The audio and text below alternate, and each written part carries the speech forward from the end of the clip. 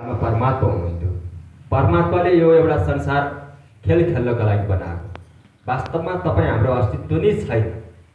यदि भगवानको ज्ञानमा हेर्नुहुन्छ भनेदेखि तपाईँ हामी वास्तवमा छँदै छैन। हेर्दाखेरि तपाईँ हामीलाई लाग्छ कि आफ्नो घर परिवार छर छिमेक छोरा नाति यो संसारका हरेक विषयवस्तुहरू देख्दाखेरि सबै कुरो छ जस्तो वास्तवमा यही नै हो त्यो लाग्छ हामीहरूलाई। वास्तवमा त्यो सत्य होइन। किनकि त्यो हामीलाई किन लाग्छ भन्दाखेरि तपाईँ हामीले स्थूल दृष्टिले देखिरहेका छौँ। भौतिकतामा छौँ हामीहरू, संसारमा छौँ। संसार भनेको जड हो र संसार जड हो भनेदेखि त्यो संसारमा तपाईँ हामी छौँ भनेदेखि तपाईँ हामी पनि त जड अन्तर्गतै आउँछ। यो शरीर जड हो, चेतनता होइन। चेतनता छ र नि तपाईँ हामीको मनुष्यको आकृति छ। शरीरबाट जीव निस्केर जाने बित्तिकै तपाईँ हामी वास्तवमा छँदै छैनौँ। तपाईँ हामी नै छैनौँ भनेदेखि यो संसार कसरी छ? त्यही संसारमा छौँ हामी। यदि त्यो संसारमा यो शरीर मिलेको छ त शरीर मिलेको के गर्नको लागि? परमात्मालाई पाउनको लागि हो। परमात्मालाई कसरी पाइन्छ? परमात्मालाई पाउने एउटै विधान बनाएको छ परमात्माले। परमात्माले पाउने विधान एउटै छ, भगवानको भक्ति र सेवा। संसारमा भगवानको भक्ति र सेवा हुँदैन। संसारमा कर्म क्षेत्र हो। कर्म क्षेत्रको के हो भनेदेखि कर्म क्षेत्रमा तपाईँ हामी आफ्नो अस्तित्वलाई त्यही कर्म क्षेत्रमै राखिरहन्छौँ भनेदेखि हाम्रो समाप्ति छ। त्यहाँ हाम्रो समाप्ति छ त त्यसमा तपाईँ हाम्रो समाप्ति भइसकेपछि के अस्तित्व रहन्छ? संसारमा तपाईँ हाम्रो अस्तित्व हुँदैन नि त। मनुष्य शरीर मिलेको परमात्मालाई पाउनको लागि भगवानले यत्रो सृष्टि बनाइदिएको छ। सृष्टिको आदिकालमा तपाईँ हामी थियौँ, त्यहाँ परमात्मामै थियौँ तपाईँ हामी एक दिन सबैजना। किनकि त्यो परमात्माको एउटा मायावी खेलमा तपाईँ हाम्रोको आकृति देखिन्छ, मनुष्य शरीर देखिन्छ, यत्रो संसार देखिन्छ। सुरुमा परमात्मा एक्लै हुनुहुन्थ्यो। तब त्यसबाट दुईवटा भागमा विभाजन भएको छ। द्वैत भनिन्छ। दुईबाट बनेको संसार दुईबाट बनेको छ र संसारमा छन् पनि दुवै चिजहरू। पुरुष छ त महिला पनि छ, दिन छ रात पनि छ, सत्य छ असत्य पनि छ, अधर्म छ धर्म पनि छ। सबै दुईबाट बनेको। त्यो दुईबाट बनेको सृष्टिमा तीन किसिमका चिजहरू छ। एउटा स्थूल, एउटा अध्यात्म र एउटा ज्ञान भगवान। त्यो तीन चिजमा तपाईँ हाम्रो चिज चारवटा चिज समाहित छ। संसार र शरीर, जीव, आत्मा र परमात्मा। त्यो केमा समाहित छ? पञ्चतत्त्वमा। पाँचवटा सृष्टिहरू छ। त्यो पाँचवटा चिजहरूमा 6 किसिमका व्यक्तिहरू हुन्छ। 6 किसिमका व्यक्तिहरू म भन्नेवाला है। 6 किसिमका व्यक्तिहरू हुन्छ। त्यसमा 7 किसिमका चिजहरू छ। त्यो 7 किसिमको चिजहरूमा 8वटा अङ्गहरू छन्। पञ्चतत्त्व तपाईँको जीव, आत्मा र परमात्मा। जीव, आत्मा र परमात्मा यो संसारमा समाहित छ त त्यसमा 9 किसिमका धर्मका सम्प्रदायहरू यो संसारमा वर्तमानको समयमा विराजमान छ। देख्दाखेरि एउटै सृष्टि हो। त्यो सृष्टिमा तपाईँ हामी पनि छौँ। स्वाध्यायीहरू पनि छन्, आध्यात्मिकहरू पनि छन्, तात्विक ज्ञान दृष्टि पाएका व्यक्तिहरू पनि छन्। देख्दाखेरि केही नै छैन, देख्दाखेरि एकदम सामान्य छ। संसार सामान्य छ, तर वास्तवमा संसार भनेको मिथ्या नै हो। मिथ्यात्वलाई नै हामीले आफ्नो मानेर बसिरहेका छौँ, ताकि यसको अन्तिम परिणाम पतन र विनाश। एकदम भगवानको ज्ञान अनुसार भन्दाखेरि पतन र विनाश। पतन र विनाश कसरी भनेदेखि तपाईँ आफै हेर्नुहोस् न। हजुरबुवाको नाम कसलाई याद छ? कसैलाई याद छैन? कारण के हो? उनीहरूले पनि यो संसार नै सबै कुरा हो, संसार बाहेक अरू केही पनि छैन, आफ्नो कर्म गर्नुपर्छ, आफ्नो परिवार चलाउनु पर्छ भन्नेमा लगाइदिएका थिए, ताकि त्यहाँ सत्य र धर्ममा लगाएनन्। उनीहरूले सत्य र धर्मको मार्गमा पनि चलेनन्, सत्य र मार्गको धर्मको खोजीमा पनि हिँडेनन्। यसैले जो सत्य र धर्मको मार्गमा आफ्नो जीवनलाई खोजीमा मात्र निकालिदिएको थियो, इतिहासमा ग्रन्थहरूमा उसैको नाम नै छ। हेर्नुहोस्, महापुरुष सत्पुरुषहरूलाई, गौतम बुद्धलाई हेर्नुहोस्, महावीर जैनलाई हेर्नुहोस्, उनीहरूले के त आफ्नो जीवनलाई सत्य र धर्मको मार्गमा लगाइदिए। अब मनुष्यको शरीर नै मिलेको 50-60 वर्ष 100 वर्ष हो। त्यो 50-60 वर्षको उमेरमा कर्मकाण्डमा पनि के छ भनेदेखि कर्मकाण्डमा पनि 4वटा विधान बनाइदिएको छ। जब परमात्मालाई, भगवानलाई, आध्यात्मिक गुरुहरूलाई, स्वाध्यायहरूलाई जबसम्म उनीहरूलाई पनि तपाईँले पाउनुहुन्न भनेदेखि कर्मको विधानमा पनि मनुष्य शरीरलाई 4 भागमा विभाजन गरिदिएको छ। जस्तै त्यो 4 भागमा विभाजन गर्दाखेरि तपाईँको गर्भाधान संस्कारदेखि लिएर सनातन मान्यतामा तपाईँको 16 संस्कारहरू छ। पहिलो संस्कार भनेको गर्भाधान संस्कार। जब मनुष्यको जन्म हुन्छ, जन्मदेखि 25 वर्षको उमेर भनेको तपाईँको ब्रह्मचर्य जीवन। ब्रह्मचर्य जीवन कहाँ हुन्छ त? ब्रह्मचर्य जीवन जब उपनयन संस्कार तपाईँ हाम्रो हुन्छ, त्यहाँ उपनयन संस्कार हुने बित्तिकै गुरुकुल परम्परा थियो। सुरुमा गुरुकुल परम्परामा गुरुहरूले यही सिकाउँथे त्यो बच्चालाई, त्यो व्यक्तिलाई यही नै सिकाउँथे तपाईँको संसार, शरीर, जीव, आत्मा, परमात्माको विषय। जब 1 देखि 25 वर्षको समय, तपाईँको जन्मदेखि 25 वर्षसम्मको जुन समय छ, त्यो समयमा सबै कुरो तपाईँले थाहा पाउनुहुन्छ। त्यो सबै कुरो तपाईँलाई थाहा पाइसकेपछि तपाईँले यदि त्यो ब्रह्मचर्य जीवनमा, गुरुकुल परम्परामा यदि तपाईँले सिक्नु भएको कुरालाई तपाईँले यदि गृहस्थ जीवनमा तपाईँलाई जाने इच्छा छ, गृहस्थ कस्तो हुन्छ, संसार कस्तो हुन्छ, विषय भोग कस्तो हुन्छ भनेर तपाईँलाई यदि हेर्ने अवसर, यदि सबैलाई हुनसक्छ जानु मन लाग्दैन, गुरुकुल परम्परामा सबै कुरो थाहा पाइसकेपछि हुनसक्छ उसलाई गृहस्थ जीवन बिताउन मन लाग्दैन। उसले त्यसैबाट तपाईँको संसार, शरीर, जीवात्मा, परमात्माको विषयमा उसलाई थाहा भइसकेपछि यदि त्यही जीवनमा आफ्नो जीवन पर्यन्त उसले आफ्नो जीवनलाई यदि लगाइदियो भनेदेखि त्यहाँ सबै कुरो सिकेको हुन्छ। ब्रह्मचर्य जीवनमा, गुरुकुल परम्परामा सबै कुरो सिकेको हुन्छ। त्यो सिकिसकेपछि तपाईँको गुरुका आफ्नो जीवनलाई त्यो गुरुकोमा नि, गुरुको आश्रममा नि, गुरुकुल परम्परामा नि उसले ढालिदिन्छ। त्यो ढालिसकेपछि गृहस्थ जीवन यदि कसैलाई बिताउन मन लाग्यो भनेदेखि 50 वर्षसम्म तपाईँको गृहस्थमा रहने यो सनातन कर्मको विधानमा यो मान्यता आदिकालदेखि चल्दै आएको छ। यदि 50 वर्षपछि गृहस्थीमै बस्छौँ भनेदेखि त्यो सनातन विधान, त्यो कर्मको विधानले तपाईँ हामी सबै दोषी नै हो। शास्त्रमा यही नै लेखेको छ, मैले भनेको होइन। किनकि तपाईँले कर्मको विधानलाई पनि तोड्नु भयो नि त। 50 वर्षपछि तपाईँले भगवान्लाई जान्नु भएन, अध्यात्मको पनि खोजी गर्नु भएन, स्वाध्यायको पनि खोजी गर्नु भएन भने पनि त तपाईँले यो गर्नुपर्छ नि त, हर कोहीले यो गर्नुपर्छ नि त। गरेनौँ भनेदेखि त्यो दण्डको भागीदार को त होला? स्वयं आफै म।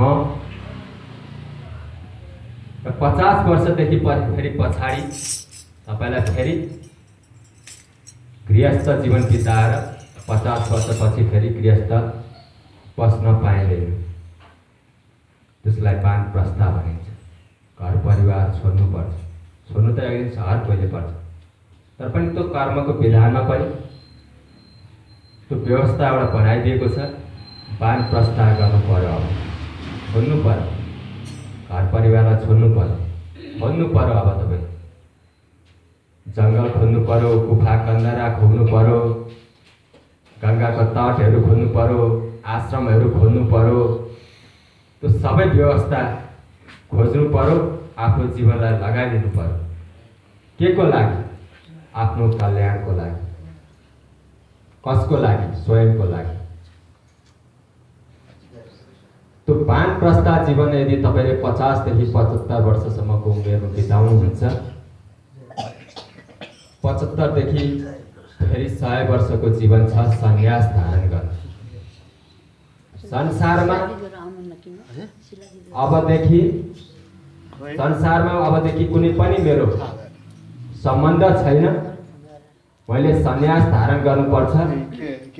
त्यो कर्मको विधानमा सन्यास धारण गरिसकेपछि त्यो सन्यास धारण गर्दा गर्दै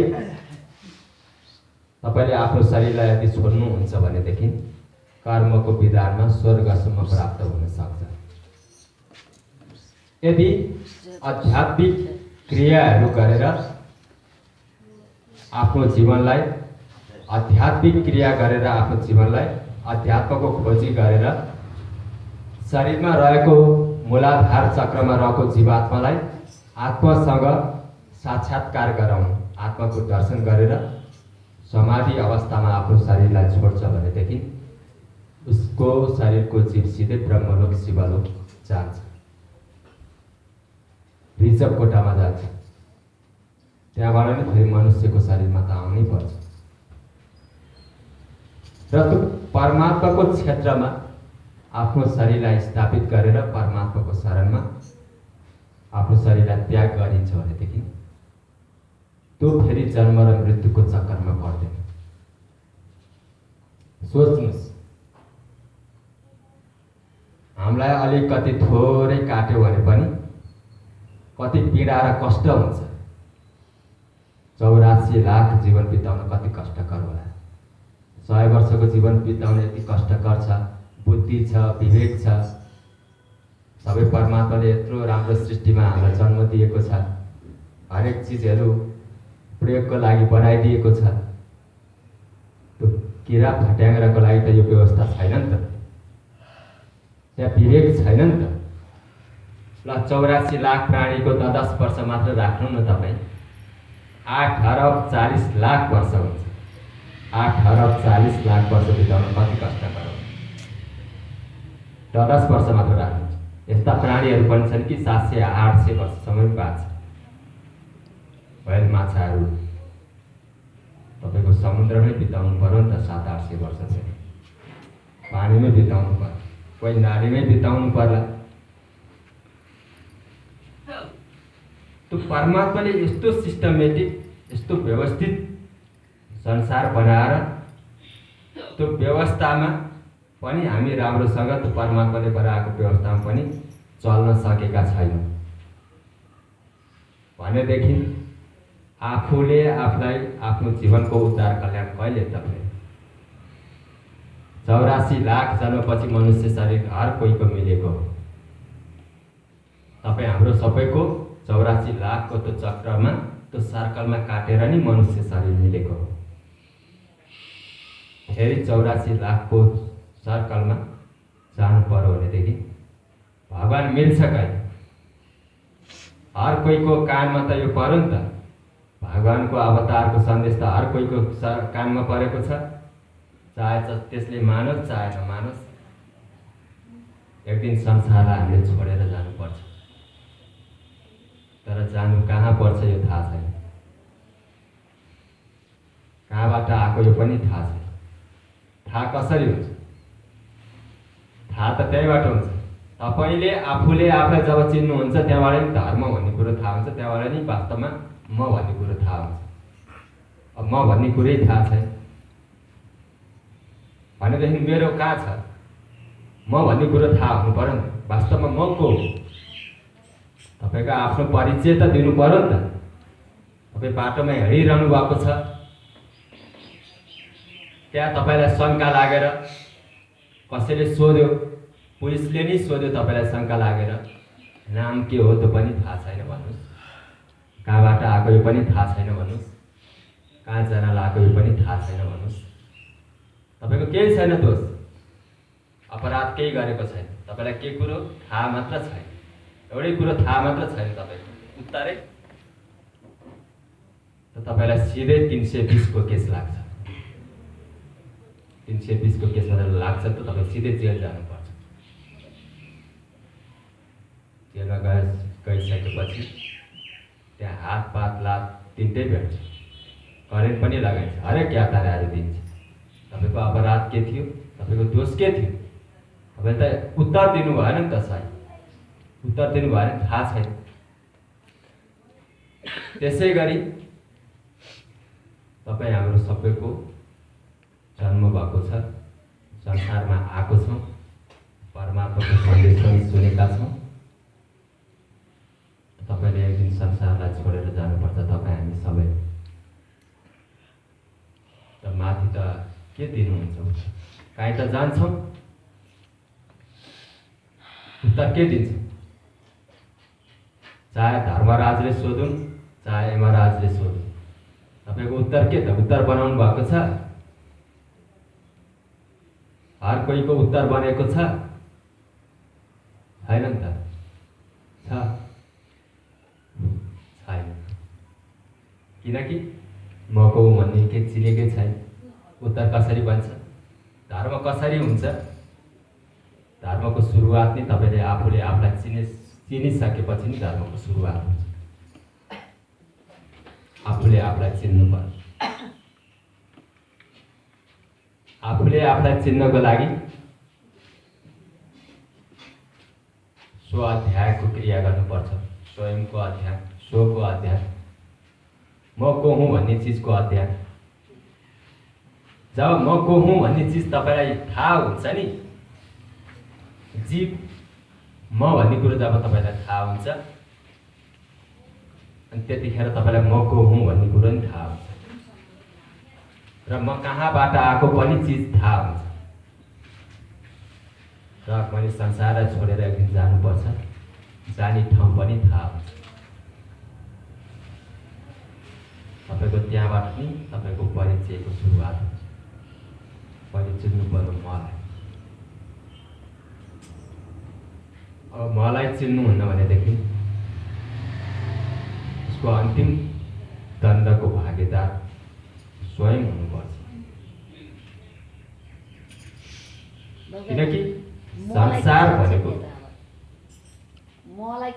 मलाई चिन्ने विधान भनेको स्व-अध्यायको क्रिया छ। जस्तै संसार र शरीरलाई जान्नको लागि स्थूल दृष्टि छ, भौतिक दृष्टि छ,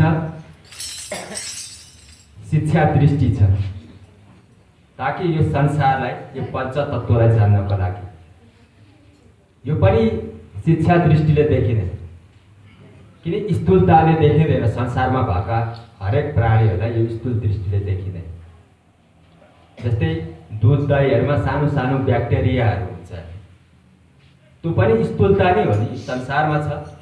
तर त्यो ब्याक्टेरियालाई यो आँखाले देखिँदैन, त्यहाँ सूक्ष्मदर्शक यन्त्र लगाउनु पर्छ, तब देखिन्छ कि त्यो कीटाणुहरू ब्याक्टेरियाहरू कस्तो छ। मलाई चिन्नको लागि भगवानले स्व-अध्यायको क्रिया बताउनु भएको छ। स्व-अध्याय भनेको स्व, मको अध्याय, स्वयंको अध्याय। स्व-अध्यायको क्रियामा 4वटा विधान बनाएको छ। श्रवण, जीवको विषयमा सुन्नु, मको विषयमा सुन्नु। अर्को, सुनेको कुराहरूलाई मनन गर्नु पर्यो, मनन गरेको कुरालाई चिन्तन गर्नु पर्यो। चिन्तन गरिसकेपछि त्यहाँ एउटा स्थिति बन्न आउँछ, निधिध्यासनको स्थिति। निधिध्यासनको स्थितिमा तपाईँले आफ्नो स्वरूपलाई देख्न सक्नुहुन्छ। सरल भाषामा भन्दाखेरि मृत्युको अन्तिम समयमा त्यो प्राण निस्केर जान्छ, म निस्केर जान्छ। त्यो क्रियामा जानुपर्छ मलाई चिन्नको लागि। त्यो क्रिया गर्नु पर्यो, खोज्नु पर्यो नि त। आफूले आफूलाई खोज्नु पर्यो, अरूले खोज्दैन। किनकि मलाई जान्नको लागि म स्वयंले खोज्नु पर्यो, अरूले खोजेर भएन नि त। त्यसलाई जान्नु पर्यो। त्यसलाई जानिसकेपछि तपाईँले जीवलाई जब जान्नुहुन्छ त्यहाँबाट अनि थाहा हुन्छ कि म को हुँ भन्ने कुरो, कहाँबाट आएको कुरो पनि थाहा हुन्छ। किनकि स्थूल होइन, त्यो सूक्ष्म हो, त्यो सूक्ष्म छ। किनकि तपाईँ हामीले जानिरहेका छौँ संसारलाई, शरीरलाई जानिरहेका छौँ, यो स्थूल हो, यो जड हो, यो भौतिकता हो। यदि यही स्थानमा आफूले आफूलाई, आफ्नो शरीरलाई यही त्याग दिन्छौँ भनेदेखि यसमा पतन र विनाश छ। किनकि यो कर्मको विधान, धर्मको विधान। धर्मको विधानलाई जान्नको लागि त पहिले आफूले आफूलाई जान्नुपर्छ। भगवान् कृष्णजीले भन्नुहुन्थ्यो, उत्करामन्तम स्थितम वापि भुञ्जानं वा गुणान्वितम नानु पश्यन्ति ज्ञान चक्षु छ। वास्तवमा ज्ञान चक्षु छ होइन, यो व्यासजीले घुसेड दिएको हो ज्ञान चक्षु छ। त्यहाँ सूक्ष्म चक्षु छ, सूक्ष्म दृष्टिले देखिन्छ, जीवलाई सूक्ष्म दृष्टिले देखिन्छ। अब सूक्ष्म दृष्टि कहाँ हुन्छ त? स्थूलता यो भयो नि त, स्थूलता यो भौतिक भयो। यो आँखाले देख्न सकिन्छ, तपाईँ हामीले सबैले संसारलाई देख्न सकिन्छ, संसार र शरीरलाई देख्न सकिन्छ। जीवलाई केले देख्छ? जीवलाई त यो आँखाले देख्दैन, सूक्ष्म दृष्टिले देखिन्छ, सूक्ष्म आँखाले देखिन्छ। सूक्ष्म आँखाको विषयमा नि थाहा हुनु पर्यो। सूक्ष्म दृष्टि भनेको के हो त? त्यो बुझाइदिनु पर्यो। सूक्ष्म दृष्टि भनेको स्वयंलाई देख्ने, स्वयंलाई देख्ने, खोज्नु पर्यो, क्रिया गर्नु पर्यो। अब क्रिया गर्नु पर्यो, आफैले आफूलाई खोज्नु पर्यो।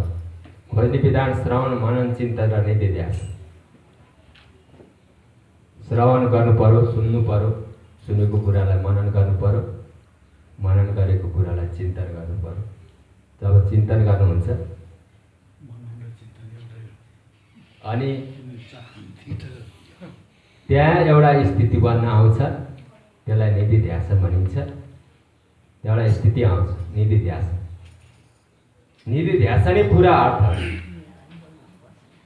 निधिध्यासन नै पुरा अर्थ हो।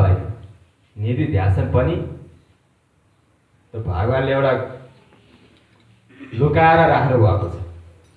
निधिध्यासनको एउटा पनि त्यो शब्द पनि पुरा होइन, त्यो शब्दको पनि अलग अलग व्याख्या छ।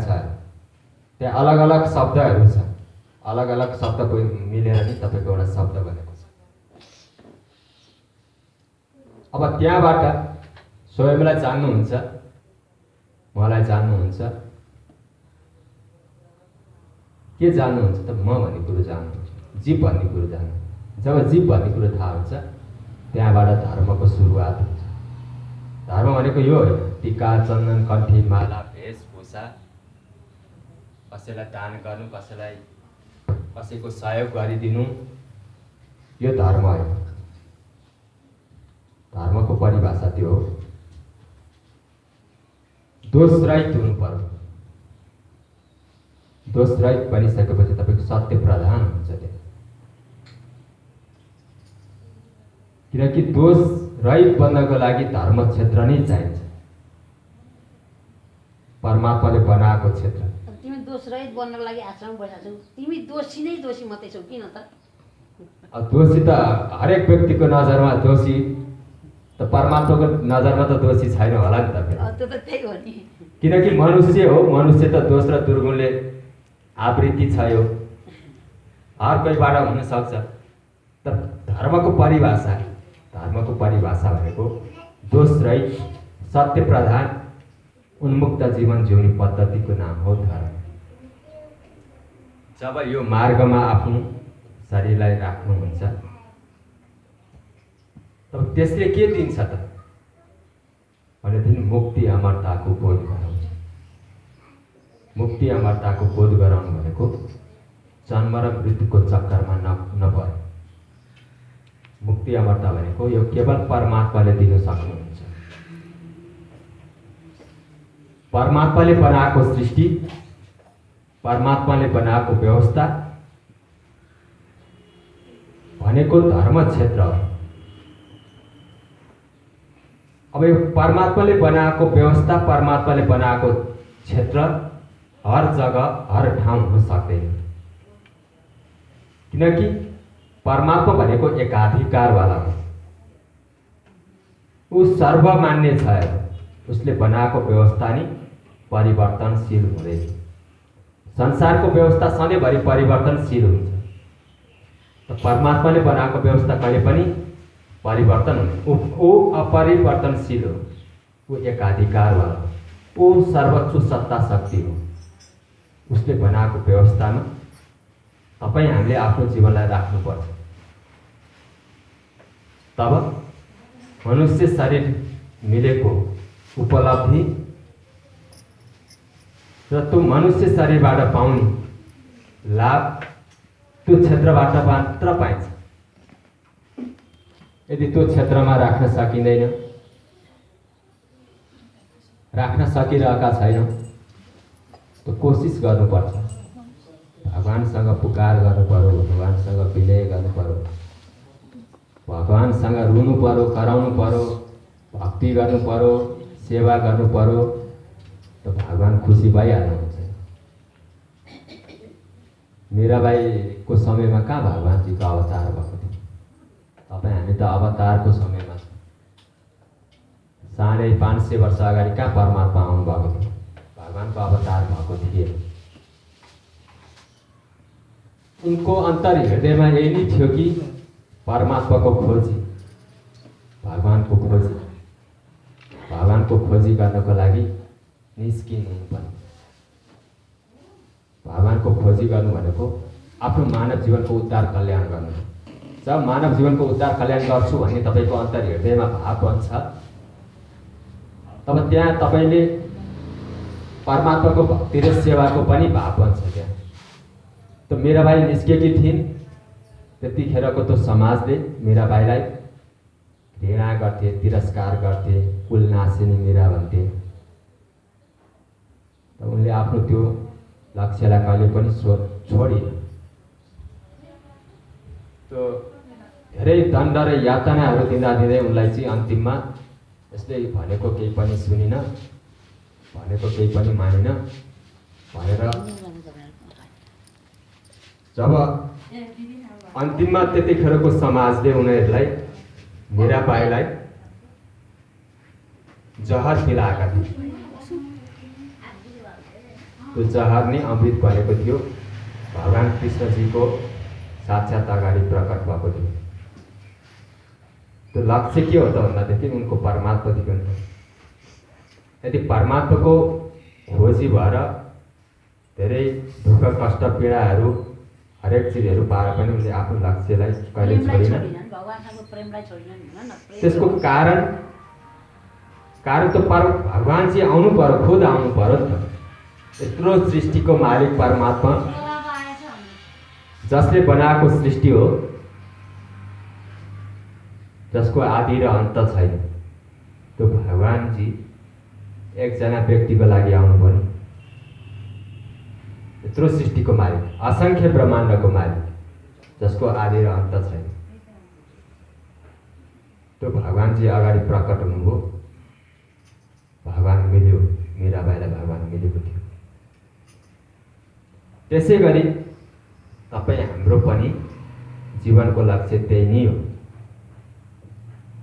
धेरै कथाहरू सुनिन्छ, धेरै मिठा मिठा भजनहरू नि सुनिन्छ, मन पर्यो भनेदेखि नाच्न पनि नाचिन्छ। यही नै परमात्माको लाई पाउने आधार हो। परमात्मालाई पाउने बाटो भनेको एउटै व्यवस्था बनाएको छ। हिजो पनि त्यही थियो, आज पनि त्यही छ, भोलि पनि त्यही हुन्छ। त्यो भनेको भगवानको भक्ति र सेवा। अब त्यो व्यवस्था परमात्माले बनाएको व्यवस्थामा तपाईँ हामीले आफ्नो जीवनलाई राख्नुपर्छ। धर्मको क्षेत्रमा, धर्मको मार्गमा, सत्य र धर्मको खोजीमा। किनकि भगवानको कल्की अवतार पनि भएर गइसक्नु भयो। भगवान आएर पनि गइसक्नु भयो। हुनसक्छ कहिले यो प्रलय हुन्छ, कतिखेर प्रलय हुन्छ कुनै निश्चित छैन, किनकि भगवानजीले हरेक सत्सङ्गमा पनि भन्नुभएको छ अबको परिवर्तनशील भनेको प्रकृतिले गर्छ। प्रकृतिले कतिखेर कहाँ के गर्छ थाहा छैन, किनकि सत्ययुग लागिसकेको छ। किनकि भगवानको धराधाममा अवतार भइसके, अवतार नै तपाईँको अन्तिम समयमा हुन्छ। एउटा युग सिद्धिएर अर्को युग लाग्ने, त्यसलाई सङ्गम युग, कृत्य युग पनि भनिन्छ। किनकि भगवानजी आएर गइसक्नु भयो नि त। जान्नेले जाने, पाउनेले पाए, बुझ्नेले बुझेका छन्। कतिले सदानन्दका नाम सुनेको छ, कतिले भगवान स्वीकार गरेको छैन। कतिले पाए, कतिले पाएर पनि संसारमै आफ्नो शरीरलाई त्याग गरिदिए। भगवानको नाम सुनेर पनि, भगवानको ज्ञान पाएर पनि संसारमै गृहस्थीमै आफ्नो शरीरलाई त्याग गरिदिए। त परमात्माले बनाएको व्यवस्थामा कतिले राखेनन् न त भगवानलाई जानेर पनि। तिनीहरूको स्थिति के हुन्छ? भगवान मिल्न असम्भव। त्यसै गरी परमात्माले बनाएको विधानमा तपाईँ हाम्रो अन्तिम लक्ष्य भनेको यो शरीरलाई परमात्माको छत्र छायामा राख्नुपर्छ। चाहे आज राख्नुहोस्, चाहे यो जुनीमा राख्नुहोस्, चाहे अरबौँ खरबौँ जुनी पछि राख्नुहोस्, एक दिन परमात्माको व्यवस्थामा जानै पर्छ हर कोही व्यक्ति। त यो जुन अहिले वर्तमानमा मिलिरहेको समयमा भगवानको नाम पनि सुनेका छौँ, भगवानको गुणगान पनि गाइरहेका छौँ, भगवानको भक्ति र सेवा पनि गरिरहेका छौँ। त्यो व्यवस्थामा यदि राख्न नसक्नु त तपाईँ हाम्रो आफ्नो कमजोरी हो नि त, स्वयंको कमजोरी हो नि त। त्यसमा दोष कसको? परिवारको यो हुँदै, परिवारको हुँदै। किनकि परमात्माले तपाईँ हामीलाई बुद्धि विवेक दिएको छ, मन पनि दिएको छ, चित्त पनि दिएको छ, अहङ्कार पनि दिएको छ। त स्वयंले राख्नुहुन्न त अपराधी को त? तपाईँ हामी। त्यसको भागीदार को त? तपाईँ हामी स्वयं। त्यो नरकको यातना 84 लाखको त्यो सर्कल बिताउनलाई धेरै कष्टकर छ। त्यो नरकको दृश्य देख्नेमा हड्डी कान्छ। त्यहाँको त्यो दण्ड यातना भोग्न कति के हुन्छ, 84 लाखको चक्र बिताउन कति कष्टकर हुन्छ। सुन्दाखेरि त हो कि जस्तो पनि लाग्छ क्या। तर के गर्नु, त्यो परमात्माको व्यवस्थामा जानु नै पर्छ। हो कि जस्तो मात्रै लागेर भयो त हो नै भन्ने सम्झिनु पर्यो नि। अब के गर्नु, यहाँ आएर 2-3 घन्टा सुन्दाखेरि त सत्य नै हो, यही नै हो जस्तो लाग्छ। यतिखेर त के त भगवानजीको अगाडि मूर्ति पनि छ, भक्ति भाव पनि बन्छ। अनि अलिकति त्यो बनिराखेको राखेको समयमा के हुन्छ भने नि अलिकति वैराग्यता आउँछ क्या। त्यो वैराग्य आएको बेलामा त्यो स्वार्थ छोडेर हेऱ्यो भने त्यो हेरे हुन्छ होइन। त्यो वैराग्य 2-3 घन्टालाई आएर अनि फेरि ठाउँको ठाउँमा जाँदाखेरि चाहिँ अनि त्यो वैराग्यता खस्किहाल्छ। किनकि कर्मको क्षेत्रमा जाँदै हुनुहुन्छ, मायाको क्षेत्रमा जाँदै हुनुहुन्छ। त्यो प्रभाव उसको प्रभाव हो क्या। तपाईँ हाम्रो दोष होइन कि त्यो मायाको प्रभाव हो। त्यो व्यवस्थामा राख्नलाई अब प्रयत्न गर्नु पर्यो, खोजी गर्नु पर्यो।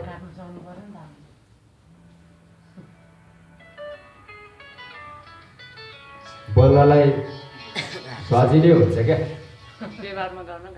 व्यवहारमा उतार्न चाहिँ धेरै गाह्रो हुन्छ। बोल्नलाई त हर कोहीले बोल्न सक्छ क्या। संसारमा पनि साधु सन्तहरूले शास्त्र पढेका छन्, पुराण वेद पुराणहरू सर्रै भनिदिन्छन्। त्यो पढेर के काम? एउटा महात्मा र एउटा चेला र सन्देश